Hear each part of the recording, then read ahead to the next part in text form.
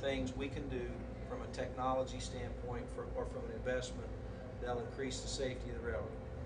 Number two, we're going to look at line capacity. What are my constraints to growth? Because we have constraints. Whether it's parking constraints, I can have great service, but if people can't park their cars, they're not going to ride the train because there's no way to park their cars. So you have to look at everything from parking constraints to your train slots on your shared track agreement to just capacity on your railroad. This is as busy, dense railroad as you'll find anywhere in the world. And I've worked in Chicago.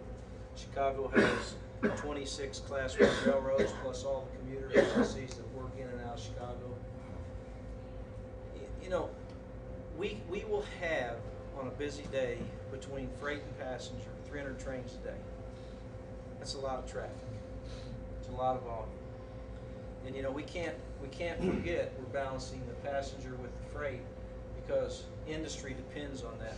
The Port of Long Beach is the busiest port in North America, and what, the second or third busiest in the world.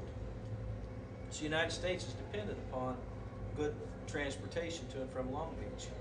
And you get down some of these corridors and it is congested. So you start looking at capacity, you start looking at how you manage not only the transit volume, but you have to take into account the freight because we share the right of way. So we're looking at capacity issues and what do we want to grow into. You know, everybody's heard of the 30-10 program that Villaraigosa's put out. You know, my recommendation was, hey, you want some shovel-ready projects? Let's finish double tracking all of Metrolink. You can help me with that. But you know, think about the safety improvements. Think about the capacity improvements. And one day it's going to have to happen. So let's, you know, if we're going to spend capital, can you think of any project that would create more jobs than being able to do that? Not only create jobs, it increases the public benefit, it increases freight traffic velocity, it improves safety. You know, there's so many benefits. So I'm trying to escalate. Let's look at, if we're going to do a 30-10, let's double track. Let's finish it. The other one that I'm looking at is operating efficiency. How do we just improve by a capital investment, reducing our cost? Why is that important? If I can reduce my operating costs, guess what? I don't have to increase fares. My base cost of operations goes down. So I'm constantly evaluating how do I make an investment reduces my cost structure. And then of course the last one that I don't think a lot of people think about is just your renewal rates. Everybody understand what a renewal rate is? No. What a renewal rate is, every year that railroad deteriorates. I have so many ties that deteriorate on an annual basis. I have so many road crossings that need replaced.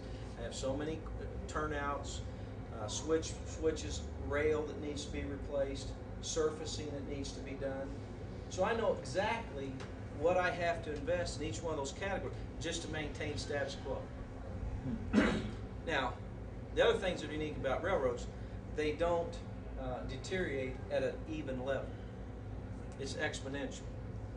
There's 3,200 ties in a mile. What is there, 2,600 with concrete ties? And so if I take a mile of track, 3,200 ties, and let's say I have a 400 defective tie count in that mile, guess what? 2,800 now are absorbing that load that the defective ties are now. So now you're putting more stress in the system. So you start to deteriorate quicker. So the whole concept, we've got to make sure that we maintain our railroad at a high level on an annual renewal rate that just maintains it at a certain level. And so these are the kinds of things I'm going to start talking about and making sure that the funding agencies understand.